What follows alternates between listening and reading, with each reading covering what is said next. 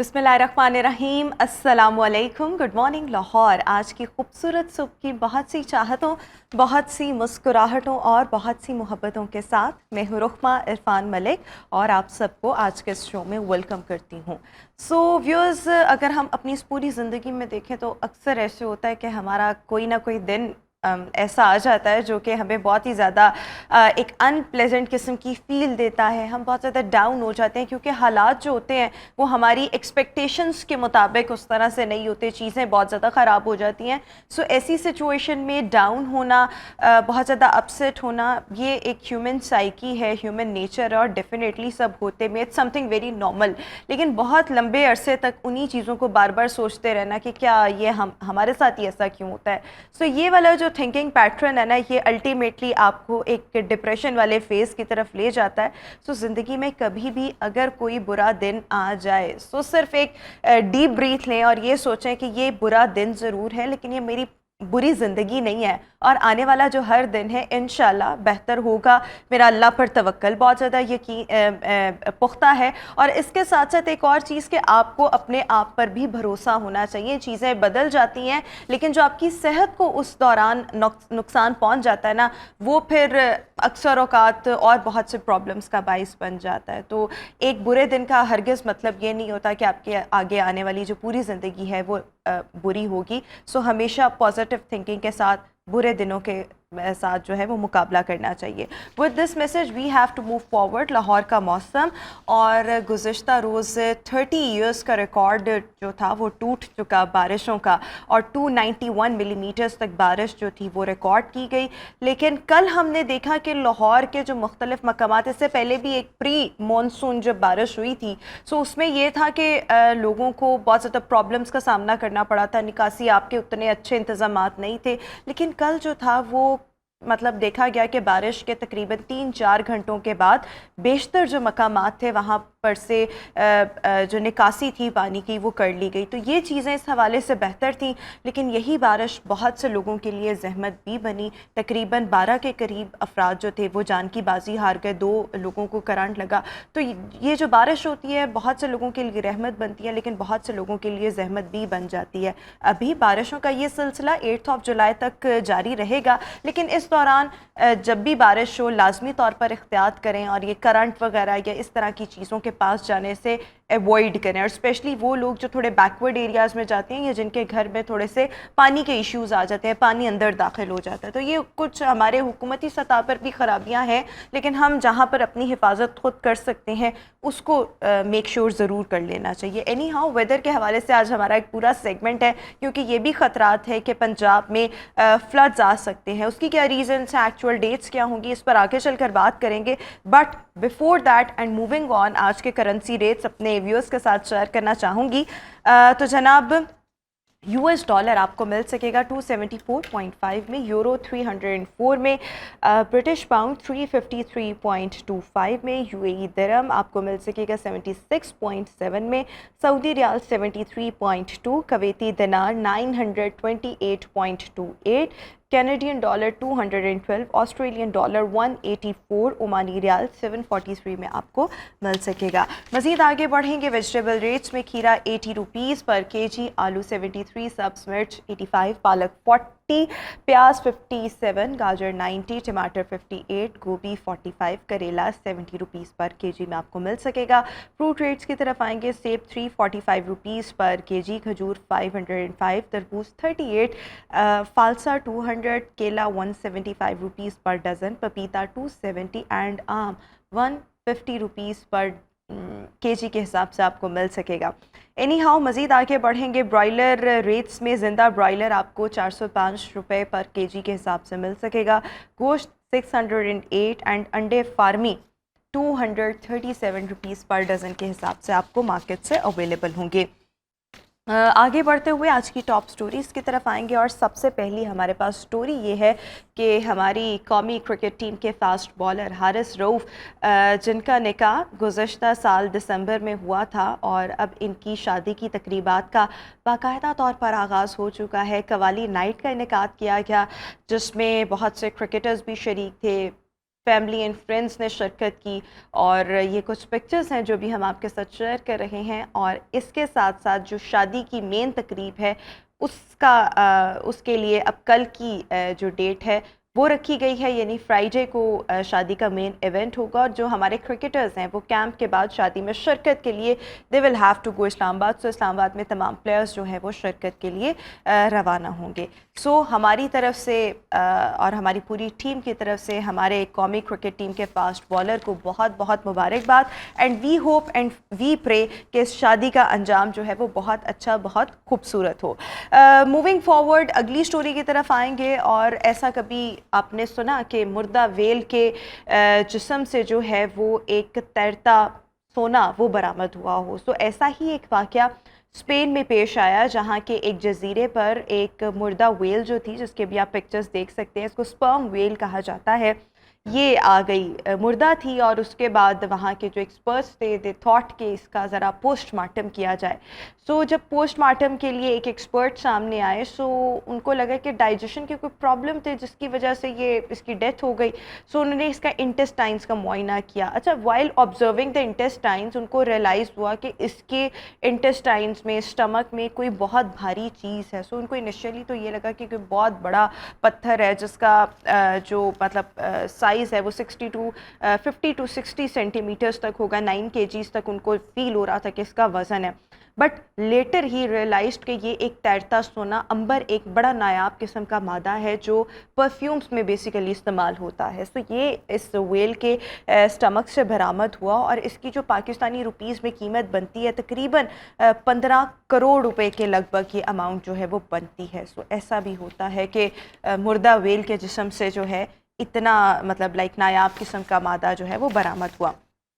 Any how ये थी update. मज़ीद आगे बढ़ेंगे और ऑस्ट्रेलिया में रेडियो के मशहूर डीजे और होस्ट मारियो बेग्स ने मुसलसल 55 आवर्स और 26 मिनट्स तक रेडियो टॉक शो करके एक नया रिकॉर्ड कायम किया है, जिसकी तस्दीक Guinness book of world record की जानिब से भी की जा चुकी है। अच्छा, जब ये होस्ट जो है अपना पॉडकास्ट करते हैं तो इसकी मुनफरद चीज़ ये है कि इसमें कोई कॉल्स ऐड नहीं की जाती, व्यूअर्स के लिए कोई मौसीकी वगैरह नहीं होती, जो सुनने वाले होते हैं उनके लिए कोई मौसीकी नहीं होती। लेकिन ये तमाम पॉडकास्ट जो है मोटिवेशन पर मबनी होता है, इसमें तमाम मोटिवेशनल बातें की जाती हैं। और अब की बार जो इन्होंने इतना तवील पॉडकास्ट किया तो इसमें इन्होंने मुख्तलिफ़ किस्म के मेहमानों को दावत दी, डॉक्टर्स को दावत दी, और it was such a long podcast कि अब इन्होंने Guinness book of world record में ऑब्वियसली इनका नाम भी आ जाएगा, बिकॉज इसकी तस्दीक जो है वो Guinness book of world record की जानिब से की जा चुकी है। सो ये तो थी हमारी आज की टॉप स्टोरीज़। अभी हम शो में एक ब्रेक शामिल करेंगे, आपसे मुलाकात होगी एक ब्रेक के बाद। Stay with us and good morning.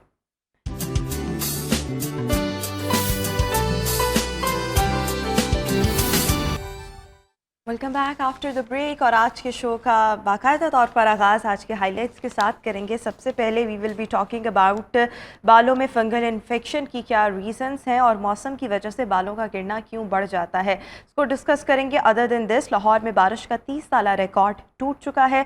सबसे ज़्यादा 291 मिलीमीटर बारिश रिकॉर्ड की गई, इस पर भी बात करेंगे। मज़ीद आगे बढ़ते हुए हुकूमत ने 7 जुलाई को यौम तक़दीस कुरान मनाने का ऐलान किया है और स्वीडन वाक़े के खिलाफ एहतजाज रिकॉर्ड करवाया जाएगा, इस पर भी बात करेंगे। और आखिर में जर्मनी के शहर बर्लिन में स्पेशल ओलंपिक्स वर्ल्ड गेम्स 2023 मुनक्किद हुई, जिसमें पाकिस्तानी साइकिल सवारों ने 4 तलाई, 4 चांदी और 3 कांसी के तमगे हासिल किए। तमगे हासिल करने वाले जो प्लेयर्स हैं, साइकिलिस्ट हैं, वो भी आज हमारे साथ शो का हिस्सा होंगे। हेल्थ एंड फिटनेस सेगमेंट है ये हमारा, जिसमें आज हमने बालों के गिरने पर बात करनी है। अच्छा, नॉर्मली बालों का गिरना जो है वो किसी ना किसी बीमारी की वजह से हो सकता है, या हमारी बॉडी के अंदर किसी ना किसी न्यूट्रिएंट की डेफिशिएंसी हो सकती है जिसकी वजह से बाल गिरना शुरू हो जाते हैं। लेकिन अक्सर औकात ये देखा गया है कि जो आजकल सीज़न चल रहा है, जो नॉर्मली मॉनसून सीज़न होता है, उसमें बाल बहुत ज़्यादा गिरते हैं। और ना सिर्फ गिरते हैं बल्कि बालों में एक अजीब सी नमी महसूस हो रही होती है, बालों में रूखापन होता है। आप बाल बनाए भी तो लगता है आपने बाल बनाए नहीं, बहुत ज़्यादा ब्रिटल बाल जो हैं वो हो जाते हैं। फंगस लोगों के बालों में बहुत ज़्यादा लगना शुरू हो जाती है और नॉर्मली जो फंगल इन्फेक्शन है इसकी एक रीज़न ये बताई जाती है कि खुश्की बेसिकली होती है और खुश्की के पीछे जो रीज़न होती है वो फंगस का लगना होता है। और फिर होता क्या है कि जो लोग एक दूसरे के साथ अपने कॉम्स या ब्रशेस शेयर करते हैं उनमें ये फंगल इन्फेक्शन या ये खुश्की आप कह लें वो ज़्यादा कॉमन होती है। सो इन तमाम तर चीज़ों पर बात करने के लिए we are having in our show dermatologist and aesthetic physician doctor Areej इस वक्त हमारे साथ शो में मौजूद हैं। Doctor Areej, thank you so much for joining us in good morning Lahore. So सबसे पहले बालों का गिरना तो नॉर्मली मुख्तलिफ रीज़न्स की वजह से होता है, जिसमें न्यूट्रिएंट डिफिशेंसी हो सकती है, जिसमें आपकी कोई ना कोई बीमारी हो सकती है। लेकिन मॉनसून के सीज़न में बाल जो हैं वो बहुत ज़्यादा गिरना शुरू हो जाते हैं, इसकी क्या वजह है और क्या ख़ास है इस मौसम की बात जो हमारे बालों पर बराह रास्त असरअंदाज होती है? जो ह्यूमिडिटी के हवा में लेवल्स हैं वो एक बहुत मेजर कॉज होती है। और दूसरा, अक्सर लोगों को आपने देखा होगा डैंड्रफ का इशू रहता है और वो इस तरह के मौसम में बहुत ज़्यादा ट्रिगर हो जाता है। और जब वो कन्वर्ट होता है, जब हम उसे कहते हैं कि स्कैल्प रिंग वर्म्स आ जाते हैं, इट्स टाइप ऑफ माइक्रोब्स कुछ किस्म के होते हैं जिन्हें हम जरासीम भी कहते हैं, तो वो फिर फाइनली फंगस में कन्वर्ट हो जाती है। इस मौसम में फंगल इन्फेक्शन सबसे ज़्यादा कॉमन होती हैं। आपने डिफ्रेंशिएट कैसे करना है, अक्सर लोगों को ये पता नहीं चलता कि ये अभी डैंड्रफ है या ये फंगल इन्फेक्शन है। डैंड्रफ को अगर आप समवट घर पे भी ट्रीट करना चाहें तो yes you can do it, लेकिन अगर आपको फंगल इन्फेक्शन हो रही है तो बिल्कुल इसका वेट ना करें कि आपकी वो खुद से ठीक हो जाएगी या आप ऑयलिंग करेंगे ठीक हो जाएगी या कोई रेमेडी करेंगे ठीक हो जाएगी। जितनी देर आप ये सब चीज़ें करेंगे उतनी देर में आपके इवन बॉल्ड पैचेस बन सकते हैं। अच्छा, ये जो आप कह रही हैं फंगल इन्फेक्शन और डैंड्रफ का होना, ये दोनों एक दूसरे से लिंक्ड हैं, यानी फंगल इन्फेक्शन की वजह से डैंड्रफ होती है, डैंड्रफ की वजह से फंगल इन्फेक्शन होगा? डैंड्रफ की वजह से फंगल, यानी कि आप ये कह लें that is a more aggressive form, ठीक है। यानी कि जब वो बिगड़ जाए, जब वो ख़राब हो जाए डैंड्रफ वाला मसला, आप थोड़ा सा बस इसको आम लोगों के लिए इतना ही काफ़ी है, तो तब वो बेसिकली फंगस में कन्वर्ट हो जाती है, ठीक है। यानी कि अगर इन्फेक्टेड हो गई या कोई मसला हो गया तो उसकी वजह से वो फिर फंगल इन्फेक्शन हो जाएगी। और वो आप कैसे डिफ्रेंशिएट करेंगे कि अगर डैंड्रफ है तो दैट वुड बी फ्लेकी, यानी कि थोड़े से आपको वाइट वाइट लगेगा कि आपके स्कैल्प के ऊपर जमा हुआ है या वो झड़ रहा है बालों से। और फंगल इन्फेक्शन में आपको रेड पैचेस मिलेंगे, ठीक है। आपको लगेगा कि आपके स्कैल्प पे स्केली किस्म के पैचेस हैं, ठीक है। और वो आमतौर पे किसी एक दो जगह पे लोग कहते हैं हमें लग रहा है कि दाना है या वो कोई एक पूरा एरिया कवर्ड है, उस पर स्केल्स आ गए हैं, वो हार्ड है, वो इची है, ठीक है। ये सारी फॉर्म्स हैं और उसके बाद होगा ये कि वहाँ से बाल गिरना शुरू हो जाएंगे, ठीक है।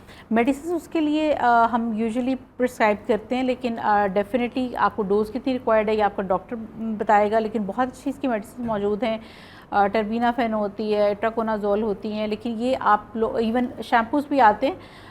आपको ओरल पे जाना है या आपका शैम्पू ही आपका मसला हल कर देगा, ये आपका डॉक्टर डिसाइड करेगा। लेकिन अगर फंगल वाला मामला हो गया है, मैं बार बार कह रही हूँ, don't try to treat it at home. लेकिन इसके लिए मेनली यही है कि आपके बाल वहाँ से उस स्पेसिफिक पोर्शन इफेक्टेड हिस्से से गिरना शुरू हो जाएंगे और रेडनेस आ जाएगी उस जगह पर। रेडनेस पहले आती है और उसके बाद वो पैच वहाँ से उतरना शुरू हो जाता है, बाल पैचेस आ जाते हैं। और ख़वातीन में ज़्यादा कॉमन है या मर्दों में?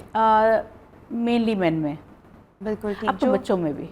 अच्छा, बच्चों में भी है, क्योंकि हमारे यहाँ पर जो गंजापन है उसका शिकार मर्द ही होते हैं। 90% बल्कि 95% जो फुल बाल्डनेस है वो मर्दों में ही आती है। सो मेरे ख्याल में फिर उसमें ये ज़्यादा मतलब फंगल इन्फेक्शन की वजह से भी एक रीज़न हो सकती है। It's a reversible hair loss, यानी कि अगर आप एक सर्टेन टाइम ऑफ पीरियड के अंदर डॉक्टर के पास चले जाते हैं, मेडिसिन ले लेते हैं, तो आपको वो रिवर्स हो जाएगा। अच्छा, इसके रीजंस क्या है? फंगल इन्फेक्शन होती क्यों है? आपने अपने बालों की हाइजीन का या सफाई का ख्याल नहीं रखा, कोई ऑयल ऐसा इस्तेमाल कर लिया, शैम्पू ऐसा इस्तेमाल कर लिया, या हमारी बॉडी के अपने अंदर कोई ऐसी बीमारी हो जाती है जिसकी वजह से आफ्टर इफेक्ट्स जो हैं वो बालों पर आते हैं? होता ही है कि ह्यूमिडिटी के जो लेवल्स हैं और ऑलरेडी वहाँ पर एक फेवरेबल एनवायरनमेंट मौजूद है कि डैंड्रफ मौजूद है, ठीक है।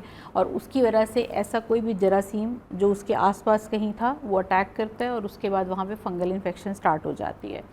और उसमें मेजर कॉज ये भी एक होती है कि जहाँ पे आप शेयरिंग कर रहे हैं, ठीक है। अच्छा। जिस तरह अगर घर के एक फ़र्द को हुआ और उसके बाद आप उसका टॉवल शेयर कर रहे हैं, पिलो शेयर कर रहे हैं, आप ब्रशेस शेयर कर रहे हैं, या आप अपनी हेयर टाइज वगैरह या इससे ख़वातीन जिस तरह हो गई वो अगर आप शेयर कर रहे हैं, तो ये एक बहुत मेजर कॉज होती है कि ट्रांसफ़र होना from one person to another person, ठीक है। और इसमें आप मेनली जो अवॉइड कर सकते हैं, ज़ाहिर है hygiene is very very important, ठीक है। नमी नहीं बहुत ज़्यादा रहनी चाहिए, बालों को बहुत ज़्यादा टाई अप ना करें। बाल ऑयली भी तो हो जाते हैं ना अक्सर, स्पेशली विंटर्स में, और इस मौसम में भी एक अजीब सा ऑयलीपन हम बालों में देखते हैं। क्योंकि उसमें आपकी बॉडी का अपना एक आप कह लें कि मैकेनिज़्म होता है कि वो ज़्यादा ऑयल प्रोड्यूस करना शुरू कर देती है, क्योंकि जहाँ पर उसको थोड़ा सा ऐसा इन्वायरमेंट लग रहा है कि जहाँ पर उसको ड्राइनेस टाइप की फीलिंग आ रही है, तो आपके ग्लैंड्स हाइपर एक्टिव हो जाते हैं, वो ज़्यादा ऑयल प्रोड्यूस करने लग जाते हैं। एक और मेजर रीज़न है, एक्चुअली कल ही मेरे से एक पेशेंट ने डिस्कस किया, तो आई केम टू नो कि और फिर मुझे रियलाइज़ हुआ कि शायद मोस्टली ये लोग कर रहे होंगे इस वजह से कि कंडीशनर्स लोग स्कैल्प पे लगा लेते हैं, ठीक है। आपने कंडीशनर्स को किसी सूरत भी स्कैल्प पे नहीं लगाना, वो भी ऑयल प्रोड्यूस करेगा। अच्छा, और व्हाट अबाउट मास्क? मास्क आप बिल्कुल लगा सकते हैं। आपको ये समझने की ज़रूरत है कि basically what is the difference between mask and conditioner. Mask आप ये समझ लें कि बालों के लिए एज ए मॉइस्चराइज़र का काम करता है, ठीक है, स्कैल्प के लिए भी और आपके बालों के लिए भी, आपके स्ट्रैंड्स के लिए, लेंस के लिए नरिशमेंट का काम करता है, क्योंकि उसमें ऐसी चीज़ें डाली हो जाती हैं जो रिपेयर कर रही हैं, ठीक है। तो दैट इज़ फॉर रिपेयर, ठीक है, आपकी वो बालों की स्कैल्प की हेल्थ को बेहतर कर रहा है। लेकिन जहाँ तक कंडीशनर की बात आती है, it's more like a cosmetic thing, ठीक है। वो आपके इंस्टेंटली आपके जो बाल हैं उनको सिर्फ एक स्मूथ लुक दे देगा, लेकिन that is not the treatment, ठीक है। बिल्कुल ठीक। और ये कंडीशनर के हवाले से तो ये भी कहा जाता है कि अगर आपने कंडीशनर लगाना ही है तो फिर आप रूट्स पर मत लगाएं, आप सिर्फ बिल्कुल नहीं, आपने सिर्फ यहाँ से जिस तरह आपके बिलो द नेक आपके जो एंड्स हैं कंडीशनर अच्छा, और जब मास्क अवेलेबल है तो फिर why to go for conditioner? एक अच्छा मास्क भी आपको वही काम करेगा जो एक कंडीशनर ने करना है। मास्क के साथ थोड़ा सा इशू ये आता है कि क्योंकि वो आपको 2-3 मिनट में वो काम नहीं करता, you have to leave that for at least 15 minutes, ठीक है। 10 to 15 मिनट्स के लिए आपको छोड़ना पड़ता है, और अक्सर लोग तो वही बात है कि इतना टाइम नहीं लगा पाते हैं। तो आप हफ्ते में 2 दफ़ा मास्क इस्तेमाल करें, और अगर कंडीशनर आपने करना भी है तो 1 या 2 दफ़ा से ज़्यादा नहीं होना चाहिए। अच्छा, ये जो आप कंडीशनर की बात कर रही हैं ना कि वो लगाया और उसके बाद बाल जैसे थे ऑयली से लगने लग गए। Recently I have changed my mask. पहले मैं किसी और कंपनी का यूज़ कर रही थी, अभी मैंने डिफरेंट किया, उसमें कोई आर्गन ऑयल है वो ऐड हुआ हुआ है। अब जब मैं वो लगाती हूँ ना तो उससे मुझे अपने बाल ऑयली लगने लग गए हैं, लेकिन क्या वो ऑयली जो है बालों का लगना वो उतना हार्मफुल नहीं, वो वैसे ही एक स्मूथ लुक दे रहा है, लेकिन वो ऑयली नहीं हो रहे बेसिकली बाल? नहीं, क्योंकि वो आपके नरिश कर रहा है, बिल्कुल ठीक। अगर आपके बाल ब्रिटल है तो वो उसको डेफिनेटली वो उसमें रिपेयर कर रहा है, that is a good thing. अच्छा, ठीक हो गया। अच्छा, ये जो अभी आप फंगल इन्फेक्शन की बात कर रही थी, तो ये fungal infection most of the time ये मॉनसून सीजन में ही कॉमन होता है, ज़्यादा इसकी शिकायत आती हैं, and it's a reversible, yes, treatable and reversible, ठीक है। उसमें ऐसा नहीं है कि ट्रीट नहीं हो सकती या बड़ा, लेकिन बस early treatment is very important. आप अपने जितने भी सिम्टम्स हैं उनको लिंगर ऑन ना करें, आप उनको जितनी जल्दी ट्रीट करेंगे उतनी जल्दी आपका प्रॉब्लम सॉल्व होगा। और दूसरा मानसून में इसलिए क्योंकि ह्यूमिडिटी जो होती है, नमी, हवा की नमी सबसे ज़्यादा, और गर्मी, ये 2 चीज़ें बेस्ट कॉम्बिनेशंस होती हैं जिसमें जरासीम फलते फूलते हैं। बिल्कुल ठीक है, ये उनके लिए बड़ा फेवरेबल एनवायरनमेंट है। बिल्कुल ठीक। अच्छा, एक और चीज़, जब क्योंकि हम मानसून सीज़न की बात कर रहे हैं, ख़वातीन की जानिब से ये बहुत कंप्लेन की जाती है, बाल बहुत गिरते हैं। मेरे अपने भी बाल बहुत गिरते हैं, नॉर्मली भी गिरते हैं, लेकिन इस सीज़न में बहुत ज़्यादा गिर रहे होते हैं।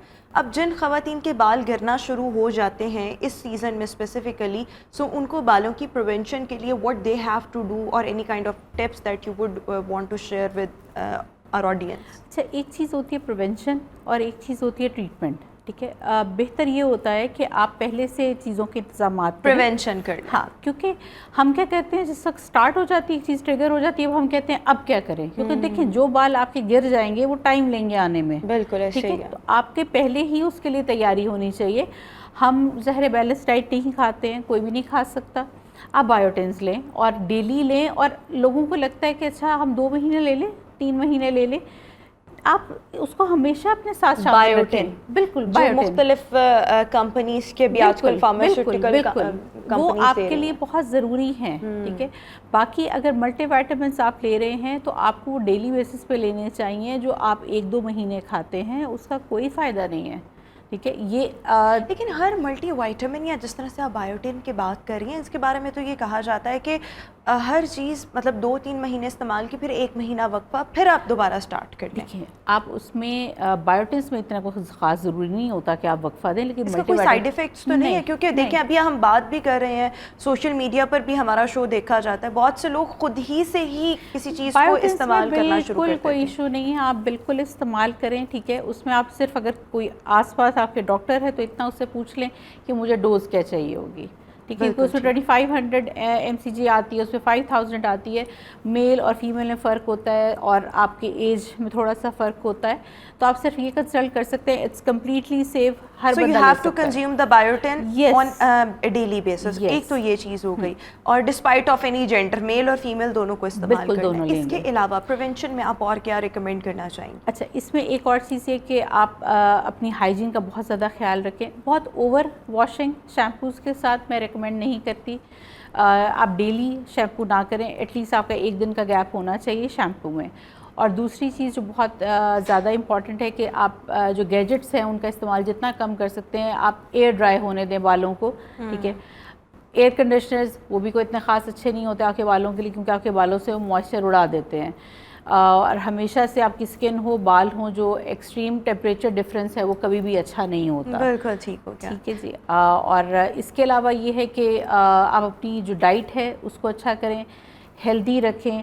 फ्रूट्स जो भी सीज़न के अवेलेबल हैं उनको लें। पानी आप हाइड्रेटेड रखें अपने आप को, वो आपके बालों के लिए बहुत ज़रूरी है, आपकी स्किन के लिए बहुत ज़रूरी है। एक और चीज़ कि क्या इस मौसम में हमारे यहाँ पर लोग जो हैं, स्पेशली जो अम्माएँ होती हैं या नानियाँ दादियाँ, वो बच्चों को ना मालिश कर रही होती हैं सरों पर, तो इस मौसम में क्या सर की मालिश करवा लेनी चाहिए? और अगर करवा लें आप तो कितनी देर आप ऑयल जो है वो लगा रहने दें अपने बालों पर, और अदर देन दिस उसके बाद धोएं आप किस तरह से? क्योंकि बहुत से लोग वो बालों का ऑयल निकालने के लिए 3-4 दफ़ा जो है वो शैम्पूज़ इस्तेमाल करते हैं। बचपन में हमने भी ऐसे बहुत किया, वो लगता था ऑयल निकलता ही नहीं बालों से। सो इसके लिए प्रेफरेबली क्या होना बिल्कुल चाहिए? मालिश में कोई हर्ज नहीं है, लेकिन बहुत एग्रेसिव नहीं होनी चाहिए, क्योंकि अगर आप बहुत ज़्यादा वो एग्रेसिव या फ्रिक्शन क्रिएट करेंगे तो वो आपको फ़ायदा देने की बजाय, क्योंकि आपका मालिश का या मसाज का पर्पज़ क्या है कि सर्कुलेशन बेहतर हो, that is a good thing, ठीक है।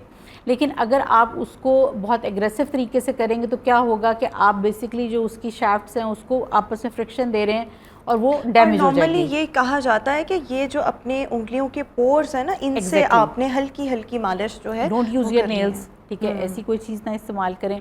ऑयलिंग कितनी देर लगा रहने दें? 2 घंटे। 2 घंटे से ज़्यादा की कोई ज़रूरत नहीं है। जो पूरी रात आप छोड़ देते हैं और पूरा दिन लगा के बाहर निकल जाते हैं, वो आप सारी डर्ट, सारा गंद, हर चीज़ लेके साथ चिपका के घर आते हैं। फिर आप कौन सा ऑयल रिकमेंड करेंगे? कोकोनट ऑयल डेफिनेटली, वो बहुत ज़्यादा अच्छा है। इसके अलावा अनियन का ऑयल भी बहुत अच्छा होता है। अनियन का ऑयल, अच्छा। अनियन का पानी एक टाइम पर मैंने लगाना शुरू किया, हमारे कुछ मेकअप आर्टिस्ट ने कहा इससे बाल बहुत अच्छे होते हैं, ऐसे होता है वैसे होता है। अच्छा, मैंने लगाना शुरू कर दिया। आप यकीन करें, आप 5 दफ़ा भी नहा लेंगे ना, उसके बाद आपके बालों से स्मेल नहीं जाती। मैं अनियन के पानी की बात कर रही हूँ, ऑयल मैंने कभी इस्तेमाल नहीं किया।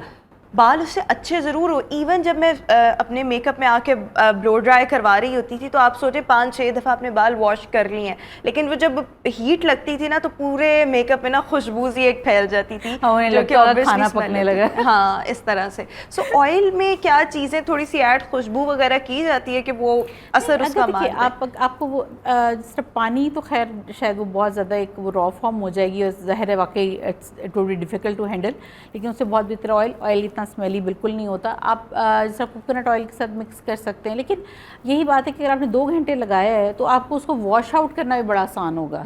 अगर अब आपने लगाया ही उसको 24 आवर्स के लिए और 36 आवर्स के लिए, तो उसका भी दिल नहीं करेगा आपको छोड़ने को। वो भी फिर तसल्ली से बैठ गया हुआ है, वो भी फिर आप बहुत ज़्यादा एब्जॉर्ब हो जाएगा। अच्छा, एक और चीज़, मुझे काफ़ी अर्सा पहले किसी खातून ने कहा कि मैं तो मैंने उनसे पूछा आपके बाल इतने खूबसूरत कैसे, उन्होंने कहा कि एवरी अदर डे और may be after every 3 days मैं अपने जो सर का ये हिस्सा है सिर्फ इस पर थोड़ा सा ऑलिव ऑयल लगा के इसी हिस्से पे मालिश कर लेती हूँ एंड दैट्स इनफ, इसके अलावा मैं कुछ नहीं करती। अच्छा, मुझे यकीन नहीं आया, मैंने कहा इनके बालों की खूबसूरती का कोई और राज है, लेकिन वो शेयर नहीं करना चाह रही। लेकिन अब मैं आपसे पूछूं कि क्या ऐसे लेकिन उन्होंने बहरहाल तब यही कहा था कि this is the only reason, मैं सिर्फ ऑलिव ऑयल लेकर सिर्फ अपने सर का ये जो दरमियानी हिस्सा है इस पर डालकर करती हूँ और पूरे बालों पर नहीं लगाती। तो क्या ये चीज़ें इतना फ़र्क डालती हैं अगर आप एक लंबे अरसे तक इस तरह से ऑयल्स को इस्तेमाल करें? देखिए, वो जहाँ तक बात है कि आप सिर्फ क्राउन एरिया में लगा रहे हैं तो येस दैट मेक सेंस, क्योंकि आपका जो भी हेयर फॉल होता है वो आपके क्राउन एरिया से ही होता है। ठीक है, आपका इसको हम पीछे जो आपकी गर्दन के पास बाल होते हैं और इनका टेम्पल्स के पास होते हैं, इनको हम डोनर एरिया कहते हैं और यूजुअली यहाँ से हेयर फॉल होता भी नहीं है। अगर आप किसी भी इंसान जिसको आप कहते हैं गंजपन है तो उसमें भी आप देखें तो ये मोस्टली बहुत लाइक 3 to 4% लोग होंगे जिनका ये भी उतर जाता है and that is certain medical condition. Otherwise ये हिस्सा सबका मौजूद रहता है। तो येस दैट मेक सेंस कि आपके यहाँ से जहाँ से हेयर फॉल होना है आप सिर्फ वहाँ पर लगा लें ऑयल। ठीक है, और आपके बाद दफ़ा ये होता है कि आपके ऑलिव ऑयल अगर एक बंदे को सूट कर रहा है दैट डजंट मीन कि that would be good for you too. आजकल तो आर्गन ऑयल बहुत ज़्यादा आया हुआ है, तो इसका ये बेसिकली कौन सा ऑयल है और इसका क्या फ़ायदा है? And what about the castor oil, उसको भी लोग बहुत ज़्यादा बालों पर लगाते हैं। अच्छा, अब बेसिकली जितने भी ये ऑयल्स हैं इसमें अगर आप देखें कि जिस तरह कोकोनट ऑयल है, आर्गन ऑयल है, ये थोड़े लाइट वेट होते हैं। अच्छा, ठीक है। इनकी जो भी चीज़ें होंगी अगर आप ये देखें तो थोड़े पतले भी होते हैं compare to like castor oil is a thick oil. ठीक है, अब इनके जिस वक्त डेरिवेटिव्स की बात आती है कि कहाँ से डिराइव हो रहे हैं तो उनमें इन सब के अंदर प्रॉपर्टीज़ यही हैं कि वो आपके बालों की ग्रोथ में आपको फैसिलिटेट करेंगे। कैस्टर ऑयल अच्छा है बालों के लिए, लेकिन उसमें ये नहीं है कि कम्प्लीटली आप कैस्टर ऑयल डाल लेंगे, वो आपके बालों से कभी नहीं निकलेगा। अगर आप उसको उसमें कोई ऑयल मिक्स कर, आप उसको 2-3 जिस तरह अगर आप बेनिफिट्स लेना चाह रहे हैं तो आप उसमें 2 से 3 ऑयल मिक्स कर सकते हैं। लाइक आप अनियन का ऑयल हो गया, इसके अलावा कोकोनट ऑयल मिक्स कर सकते हैं, कैस्टर ऑयल थोड़ा सा डाल सकते हैं, ऑलिव ऑयल डाल सकते हैं थोड़ा, और मेनली आपकी बेस कोकोनट ऑयल होनी चाहिए। उसकी वजह ये है कि वो लाइट वेट होता है और आपके बालों से आराम से वॉश आउट हो जाता है। बिल्कुल ठीक हो गया। So thank you so much doctor Areej हमारे साथ शो में मौजूद थी और बड़ी ज़बरदस्त किस्म की टिप्स हमारे साथ शेयर की। मेरे भी अपने माइंड के कुछ सवाल आते हैं जो मैंने सोचा आज डॉक्टर अरीज की मौजूदगी का फ़ायदा उठाते हुए इनसे पूछ लिए जाएँ। लेकिन ये मौसम ऐसा है, थोड़ा सा तो आपने इस मौसम को भी बर्दाश्त करना होगा। एक एक्सट्रीम विंटर सीज़न और एक ये मानसून का जो सीज़न है इसको बर्दाश्त कर लेना चाहिए। इसमें कुछ चीज़ें हैं जो आपको बालों के हवाले से बेयर करनी ही करनी होगी, but yes keep your self hydrated, अपनी अच्छी डाइट का ख्याल रखें। साथ ही साथ बालों को जो है वो गंदा ना होने दें। ठीक है, आफ्टर एवरी 1 डे बालों को हल्का फुल्का शैम्पू करें और उसके बाद जो है वो बाल वॉश आउट कर लिए जाएं। अगर आप बालों को ज़्यादा ही नहीं धोएंगे तो वो फिर ऑब्वियसली प्रॉब्लम्स भी उनमें ज़्यादा आएंगे। सो कुछ छोटी छोटी टिप्स हैं जिनको आप फॉलो करते हुए अपने बालों की सेहत जो है उसको कायम रख सकते हैं। एनी हाउ अभी हम शो में एक ब्रेक शामिल करेंगे। Will be right back after this short break.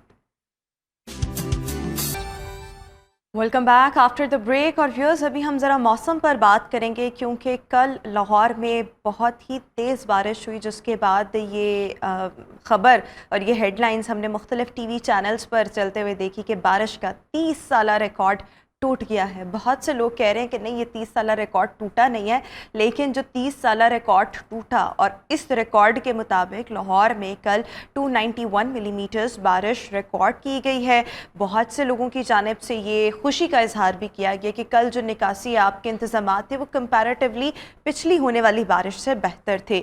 सो एक तो ये बात कि ये जो 30 साला रिकॉर्ड की बात की जा रही है, क्या वाकई 30 ईयर्स का रिकॉर्ड टूटा है, नहीं टूटा, और ये इस तरह से जो ख़बरें हैं वो किसकी जानिब से सामने आती हैं? क्या महकमा मौसमियात की जानिब से सामने आती हैं या इसमें कोई और डिपार्टमेंट इन्वॉल्व होता है? अदर देन दिस, पंजाब में अर्बन फ्लडिंग का खदशा है, स्पेशली अगर हम लाहौर की बात करें, और 10 जुलाई को लाहौर तो हाई अलर्ट है। तो इस पर भी हम बात करेंगे। We are having in our show regional director महकमा मौसमियात शाहिद अब्बास साहब इस वक्त हमारे साथ शो में मौजूद हैं और हमारी कॉरेस्पॉन्डेंट रिजवाना शेख भी इस वक्त हमारे साथ शो का हिस्सा हैं।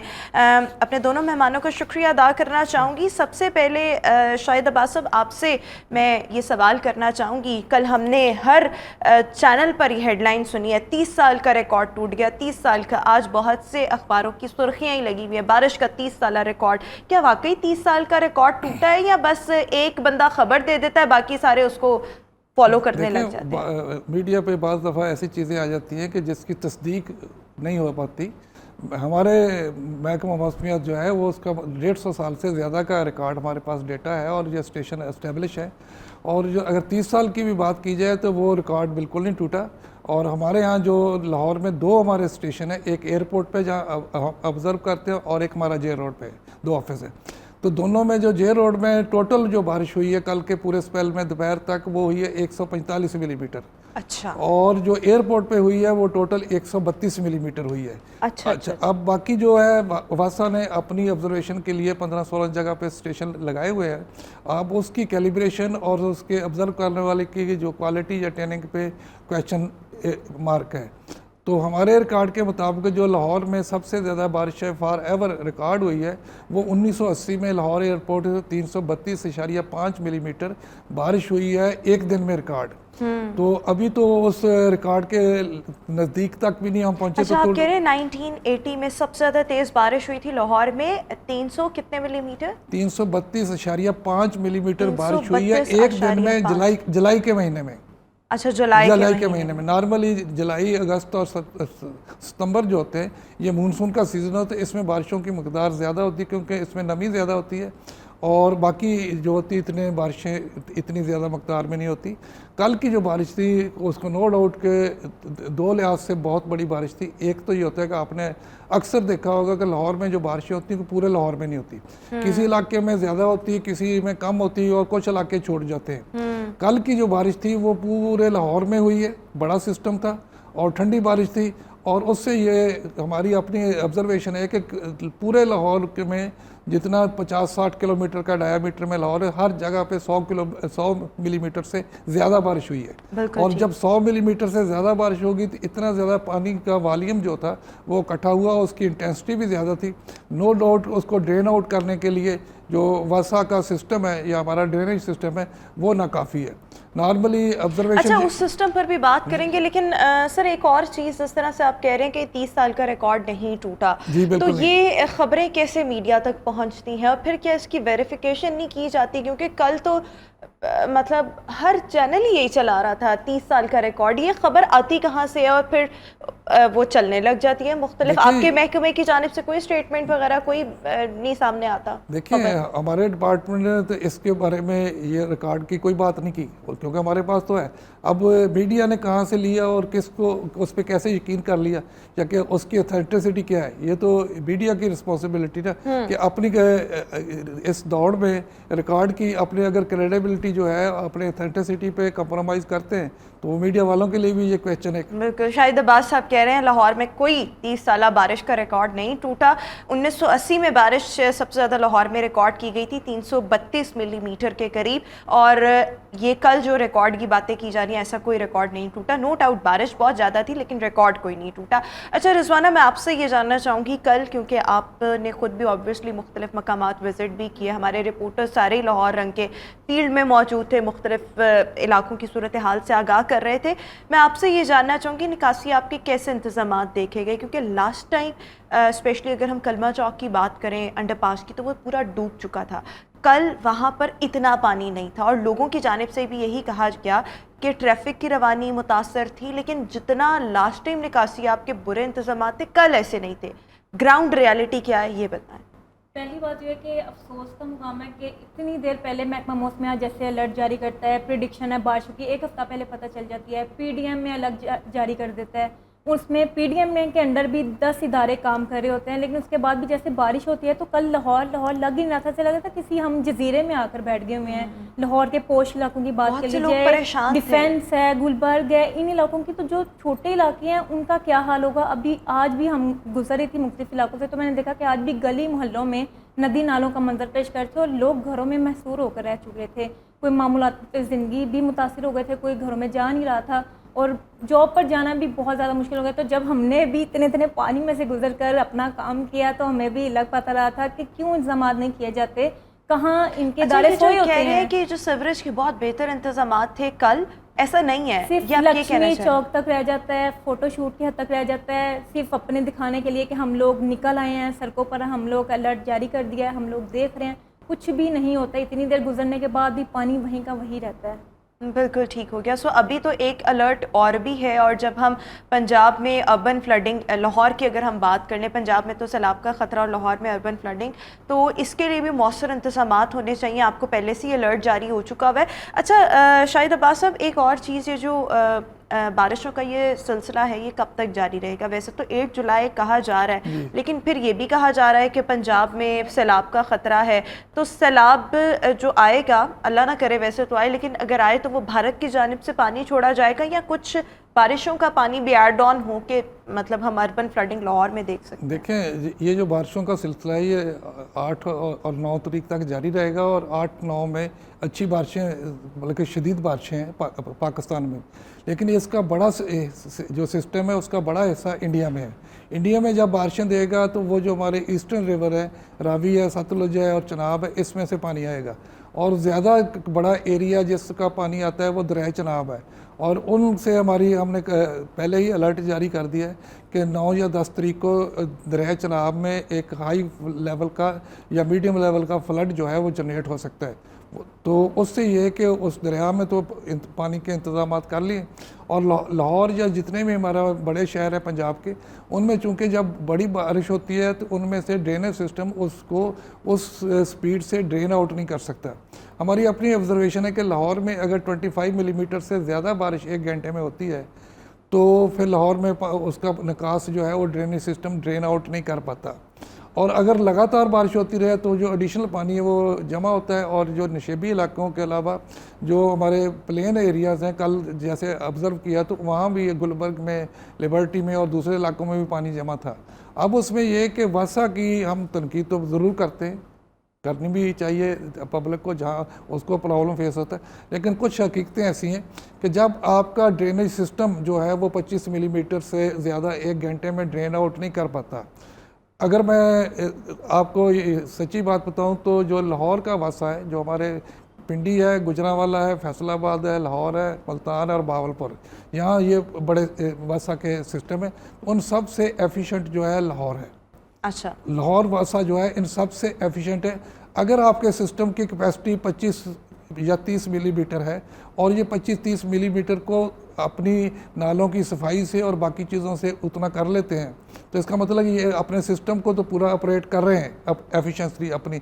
लेकिन जब सिस्टम में कैपेसिटी नहीं है तो वो इनके, लेकिन कल भी ये था कि कल शाम रात 8-9 बजे तक जब लक्ष्मी चौक जो था, उन्होंने बकौल उनके, और उसकी ऑब्जर्वेशन भी है लोगों की, कि जब बारिश ख़त्म हुई उसके 1 घंटे के बाद लक्ष्मी चौक क्लियर था। अच्छा। और 4 से 5 घंटों में बाकी इलाकों को भी उन्होंने जो क्लियर कर दिया। और जो नशेबी इलाके जहाँ से पानी निकलना मुश्किल है वहाँ तो नहीं, जो मेन इनके कुछ 30 के करीब ऐसे पॉइंट हैं जहाँ जो खतरनाक पॉइंट हो, 30 के 30 इनको रात को होने से पहले क्लियर कर दिया, क्लियर कर दिया। देखिए वो काम कर रहे हैं, जब एक सिस्टम का एक उसमें कैपेसिटी नहीं है तो उस कैपेसिटी अच्छा, को ये वैसे बहुत से लोग ये बात करते हैं कि वासा के अपने सिस्टम्स लगे हुए हैं, वो बारिशों को रिकॉर्ड करते हैं, और उसके बाद फिर वो 30 साल रिकॉर्ड भी शायद उसी की वजह से ये कहा जा रहा है कि जो वासा की जानिब से बारिशें रिकॉर्ड की गई। लेकिन ये भी कहा जाता है कि वासा को इसमें ना एक सेफ रूम मिल रहा होता है कि वो अपनी नाअहली का जो मलबा है वो इस पे डाल दे कि बारिश हुई बहुत ज़्यादा है तो हम कैसे काम करें। तो इज़ इट ट्रू कि ये जान के भी वासा की जानिब से ये बात की जाती है कि बारिशों का रिकॉर्ड टूट गया, इस वजह से हम लोग जो हैं कई जगहों से पानी निकालने में कामयाब नहीं हो सकते? देखिए ये बात में किसी हद तक जो है सदाकत हो सकती है, क्योंकि उनके ये बात उनके लिए थोड़ा टाइम का मार्जिन मिलता है, मार्जिन मिल जाता है। दूसरा ये है कि उनके जितने इंस्ट्रूमेंट मुहैया के लगे हुए हैं वो नॉट श्योर कि वो कैलिब्रेटेड है, ना उनका स्टाफ जो है वो इंटरनेशनल स्टैंडर्ड के मुताबिक शायद ट्रेंड भी नहीं है, उसमें से ये एरर के बिल्कुल चांसेस हैं और उस एरर का वो मार्जिन भी ले सकते हैं। बिल्कुल ठीक हो गया। अच्छा रिजवाना, एक और चीज़ आपने भी ये कहा कि ये जो निकासी आपके दावे किए जाते हैं कि बर वक्त सारे काम हो गए, सो उसमें ये आपने कहा कि ये सारे सिर्फ दौरों की हद तक होता है, फ़ोटो सेशन की हद तक होता है। कल लक्ष्मी चौक जो था आपने कहा वो क्लियर हो गया, लेकिन इस वक्त अगर मैं बात करूँ तो लाहौर के कौन कौन से इलाके भी ऐसे हैं जहाँ पर पानी बहुत ज़्यादा खड़ा हुआ है? जो मैंने कुछ चीज़ों को थोड़ा सा नोट किए हैं, कुछ लोगों से मेरी बात हुई, उनका ये कहना था कि लाहौर इस वक्त 80% 85% बिल्कुल क्लीन है, लेकिन डिफेंस और कैंट में पानी ज़रूर खड़ा हुआ है। लेकिन ग्राउंड रियलिटी क्या है ये भी बताइएगा। शादरा सबसे पहले तो बहुत ज़्यादा, थोड़ी सी बारिश होते नहीं है डूब जाता है, बिल्कुल ऐसे सैलाब आया हुआ हो। मेरी खुद की गलियां भी ऐसे ही पानी से भरी हुई थी, कल ऐसा लग रहा था कि जैसे बिल्कुल सैलाब आ चुका है अभी भी। और वहाँ पे कोई सीवरेज का निज़ाम नहीं है, कोई कुछ नहीं है। कुछ इलाके होते हैं वो सिर्फ रिकॉर्ड में आ जाते हैं, इतनी मिलीमीटर बारिश हुई, लेकिन लाहौर के ऐसे बहुत से इलाके हैं जो वासा के रिकॉर्ड में होते ही नहीं है।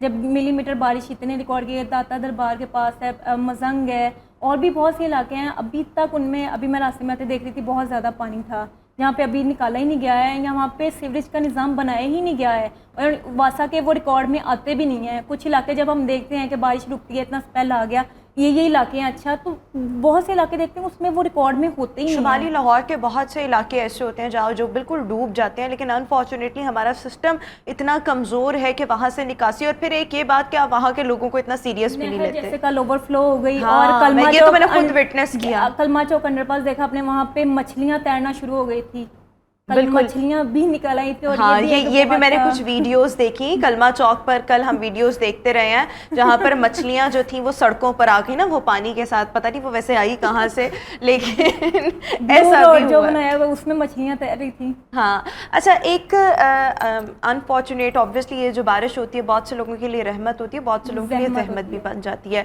तो जिस तरह से ऑब्वियसली जिन लोगों के घरों की छतें टूटी, जिन लोगों के घर गिर गए, कच्चे मकान जिन लोगों के गिर गए, फिर ऑब्वियसली जिन लोगों के घर डूब गए, तो ये उन लोगों के लिए बहुत बड़ी जहमत है। हम लोग जो ठंडे एसी वाले कमरों में बैठे होते हैं, ये बिल्कुल ठीक बिल्डिंग्स वगैरह में अपने काम सर अंजाम दे रहे हैं, हम लोग उनके प्रॉब्लम्स कभी नहीं समझ सकते जो उस सिचुएशन से गुजर रहे हो। सो एक ये भी मैं आपसे चीज़ ये भी जानना चाह रही हूँ कि लाहौर में कल मजमूई तौर पर कितनी अमवात हुई और उसके पीछे रीजंस क्या क्या थे, करंट लगने के कितने वाक़यात थे, छतें कितनी गिरी, ये भी थोड़ा सा लाहौर में explain जैसे कीजिए। बारिश होती है, कुछ मुस्कुराहट बिखर आती है, कोई चाय पकौड़े और इस तरह से मौसम को एंजॉय करता है, लेकिन सबके लिए ऐसी नहीं होती। रेलवे के मुलाजिम था, रेलवे हेडक्वार्टर का वो मुलाजिम था, उसकी बीवी, छोटा बच्चा, और वो 3 लोग छत गिरने की वजह से उनकी हलाकतें हुई हैं। और पीडीएम ने भी अमवात की और जो ज़ख्मी हुए उनकी रिपोर्ट जारी की है, और मजमूई तौर पर पंजाब में 8 हलाकतें हुई हैं, 2 पानी में डूबने की वजह से, 3 अभी तक 6 जो हैं वो ज़ख्मी हैं, कुछ का इलाज भी चल रहा है, और कुछ, एक कल बाइक की वीडियो बहुत ज़्यादा थी कि जो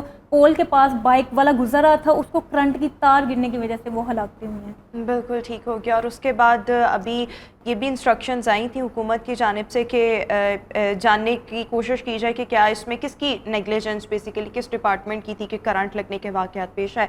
अच्छा शाहिद साहब, एक और चीज़ कि अर्बन फ्लडिंग का जो ख़तरा है या पंजाब में सैलाब का ख़तरा है, कौन कौन से इलाके लाहौर के ज़्यादा मुतासर हो सकते हैं और पंजाब के कौन कौन से शहर ऐसे हैं जहाँ पर ये ख़तरा है? देखें, जब दरिया चनाब में पानी आता है तो उसमें से जितने उसके किनारे हैं, चिन्योट का शहर है, जंग है और कुछ ऊपर के इलाके हैं, तो उसमें तो होता है, अगर वो हाई लेवल तक का फ्लड है तो वो किनारों से बाहर नहीं निकलता। अगर वेरी हाई या एक्सेप्शनली हाई है तो वो दरिया के किनारों से बाहर निकलता है, तो फिर वो जानी या फसलों का नुकसान तो उसका होता है। लेकिन तवक्को ये है कि हाई लेवल तक ही रहेगा, अगर वो उसके तो दरिया के किनारे से बाहर नहीं निकलेगा। तो डिपेंड करता है कि जो अगले 2 दिन में होने वाली बारिशें वो कितनी होती हैं। दूसरा ये है कि इंडिया ने इसके ऊपर डैम बनाए हुए हैं, अब वो ये है कि वो कितना पानी उसको स्टोर करता है और कितना आगे छोड़ता है, डिपेंड यानी कि हम इंडिया के रहमो करम पर हैं इंडिया के वो। लेकिन ये कि उनके एक जो हमारा इंडस वाटर ट्रीटी के तहत जो वो 70,000 क्यूसेक से जब पानी 70,000 या ज़्यादा छोड़ता है तो फिर उसको ऑफिशियली हमें इन्फॉर्म करना होता है, तो वो करता है। लेकिन बाज़ दफ़ा वो इसमें से थोड़ी सी चालाकी से हमें नहीं इन्फॉर्म करता। लेकिन हम भी सैटेलाइट के ज़रिए जहाँ जहाँ बारिशें हो रही उसके डैम की पोजीशन को भी और बाकी चीज़ों को मॉनिटर कर रहे होते हैं।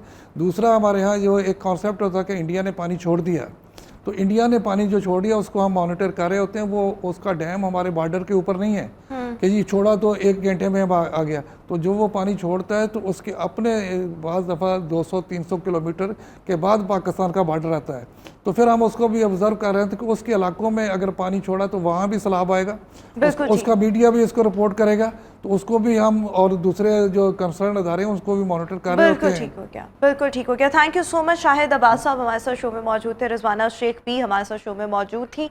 ये बारिशें अभी जारी रहेंगी, लेकिन इसमें आप सब अपनी भी हिफाजत करें और ऑब्वियसली अगर कोई मुश्किल में है, उसकी भी यकीनी तौर पर मदद के लिए आप सबको पहुंचना चाहिए। नहीं हाँ, इसी के साथ अभी हम शो में एक ब्रेक शामिल करेंगे। मुलाकात होगी आपसे एक ब्रेक के बाद।